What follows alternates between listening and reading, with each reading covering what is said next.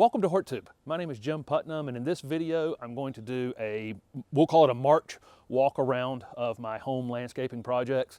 If I had to describe where I'm at in this home landscape remodel, I would say that I have reached the starting line. I have gotten all the large trees out that I'm going to take out. I have gotten down structures that I needed to take out. I have gotten out all the old shrubs that needed to come out of the ground, and I have defined the grass and bed spaces, and I have mulched to try to keep from having a lot of weeds in this ongoing process. And so from here on out, I'll be really just kind of figuring out what plants I want to put where and picking those things out, and I'll be shooting videos as I talk about how I'm making those decisions and picking things out from the garden center to bring home to plant here. So a lot of video opportunities there going forward, but I wanted to show you what I consider kind of the starting line that I have reached at this point. It's very bright and sunny this morning, so might be a little shadowy, and it's also 32 degrees. It was 25 degrees overnight. I had frost over everything, and a few things I had already come out and tried to flower a little bit. And one interesting thing that happened is I planted those autumn fire Encore Azaleas in my front yard, and they were in full bloom when I did. And it was about 6 weeks ago. They had come out of a greenhouse. 2 nights after I planted them, they had heavy freeze on them, knocked all the flowers back. It got really warm in part of February, and they sprang back and came back into full bloom. Over the last week, we've gotten back down into the 20s again, and they've been knocked back again. So I'm going to be curious if I can get 3 rounds of flowers just in the spring out of these autumn fire Encore Azaleas. So anyway, I'm going to start in the white garden, which really just has the trees and the larger growing things that are in it so far. None of the smaller growing perennials and shrubs are in that space yet, so it's just kind of a wide open slate at this point. I'll start over there and just make a circle back around into my backyard here. So here's the bottom of the white garden. This Royal Star Magnolia has opened up. I had put in this West Coast Laurel over here. Of course, none of these things have grown yet. I put them all in the winter time. These Yewtopia Plum Yews right here are really going to be beautiful, and I'm going to extend that row about halfway up, and then from there up is going to be boxwoods. So this thing is completely framed in. Since it's still early March, this Japanese snowbell and this Chinese fringe tree and the Japanese maple right there next to it aren't really showing any signs of life yet. I had put in this Oakleaf Hydrangea right here. He's starting to wake up. Put in 3 white Camellias here. I've got videos for all of these.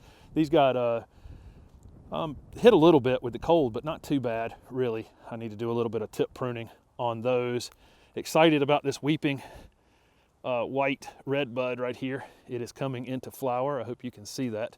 This is going to be a beautiful tree right there. This is that vanilla twist weeping redbud.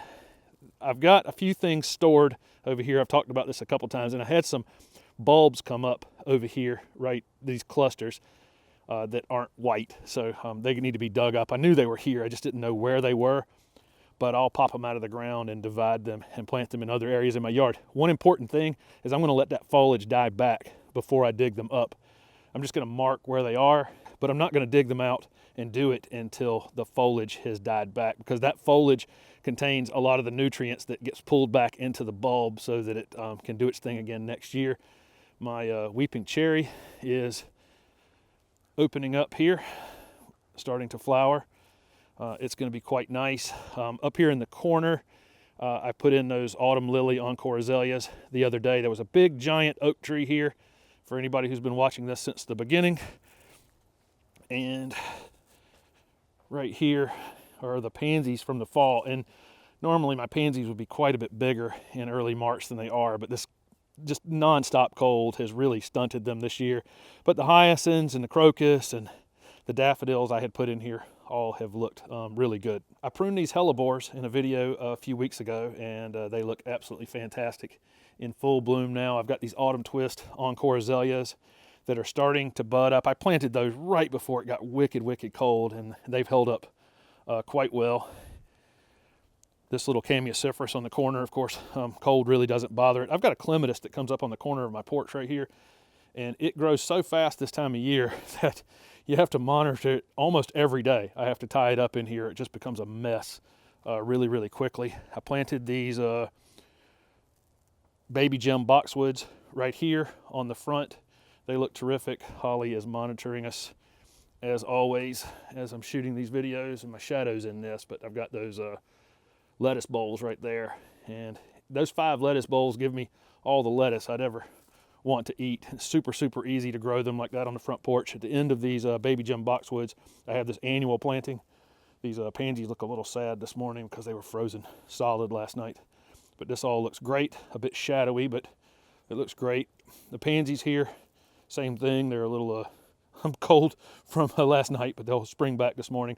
And I had some Indian hawthorns here since the last time I had shot anything. I have pulled those out now. It's kind of hard to get a good shot of the front lawn without my shadow in it, but you can see how good the annual rye is looking as it's warmed up here in the spring. This is that front bed. I shot a little series of 5 videos planting everything into this bed. The phlox is starting to bloom. This carex, that's another Southern Living Plant Collection plant. Those carex look fantastic. They're so showy in this bed. These are those autumn fire Encore Azaleas that have already bloomed twice. There's 3 of them here, and the flowers have gotten knocked back again because it's gotten so cold again. I've added a couple more pieces into this bed that I've shot videos for. I'll get those up next week. This tulip bed that I did as part of this bed remodel up here. These tulips look great. They should be blooming here in the next couple weeks. So there's the bed, remodel bed, and then I've got this spot in my turf where the roofers did a little damage there. I'm going to seed next week and start to take care of that. This bed has been mulched, but I haven't really done anything in here yet. I got a lot of space in there to plant in, and directly on the other side over here, there's a ton of space to plant in. Put up a video a couple days ago. These 6 blueberries went in right here, and the garden's ready to go. I am going to build this little hoop house on it to get started on it early, and I'll get that video up when I do. I haven't done any mulching or anything back here in this newly created space. The stumps still need to be cut off level, and I may get a stump grinder in there and take those stumps out completely. I'm actually thinking about, I was going to put a patio and fireplace here. I'm actually thinking about moving that up into that space up there. So this is the west side of my house where the vegetable garden will be and fruit plants. I had put in this cotoneaster next to this little piece that sticks out from my fireplace right there. I'll build something for it later on. This piece right here on this side of this vegetable garden, which it's in the shade early in the morning, but this will be hot, hot sun in the afternoon. This is going to be a perennial border that wraps around the back of this turf right here. And I've got perennials in mind. I've got a design for this in mind already. So that'll be something that'll start going in late March, April, and May. Again, the turf back here looks very good. I edged this weird right here, and I am so OCD that little place right there stands out like a sore thumb. I can see this beautiful turf and all this mulch, beautiful edging, and all the other work I've done, and I can walk back here, and that right there will annoy me, but that's just me. Here's these Obsession Nandinas that I put in the fall. These are going to be beautiful when they start to put on some new growth, and that one right there is trying to grow already. There's a Crape Myrtle in this corner right here, a Dwarf Crape Myrtle. And as we walk around toward the back here, this is a Black Dragon Cryptomeria that I had put in the fall. Again, you'll see I transitioned from the front. I had the hardwood mulch, and in the back I used pine straw because it just stays wetter. Back here, this table is my pipe bending table, just in case I have to bend some more pipes for the 2 houses that I am building. I also pine straw under my deck so that I don't get any erosion under there.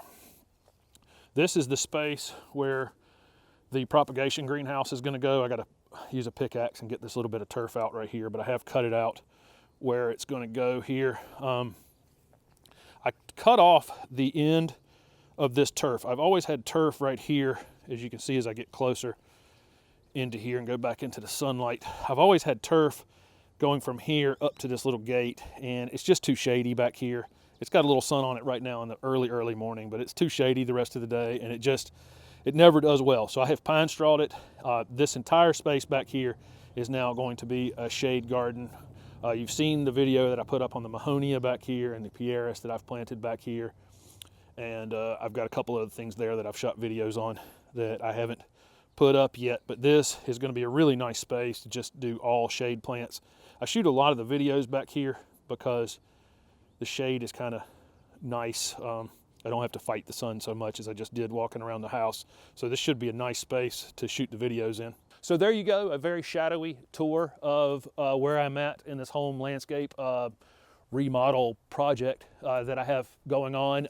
And like I say, I feel like I've reached the starting line where I can really start to fill in this space. And you know, the beds are all where they're gonna be, the grass is all where it's gonna be, and now it's time to get started on plugging plants in and maybe putting in some unique things that folks haven't seen before, trying some new things that I have never tried, and seeing where we go with it over the next 3 or 4 months as summer comes on. And at some point this year, I'm actually going to come in here and put some drip irrigation in as well, so that'll be part of the project. Also, I don't do a lot of watering on shrubs, especially established shrubs, but if I intensely landscape this as much as I plan to, I probably am going to need to put in some drip irrigation, some option of turning it on and turning it off when I want it. I would not put shrubs on automated irrigation systems. I don't think that's a good idea. Turf on automated irrigation systems is one thing, but I think people tend to drown shrubs if they automatically irrigate them, whether it's rained or not, whatever's going, you know, it's just not a great idea. But so I'll just put a hand valve in there, and it'll make me make the decision to turn it on or off. So anyway, thank you very much for watching, and I hope you continue to tune in and follow me as I continue to fill in on my home landscape project.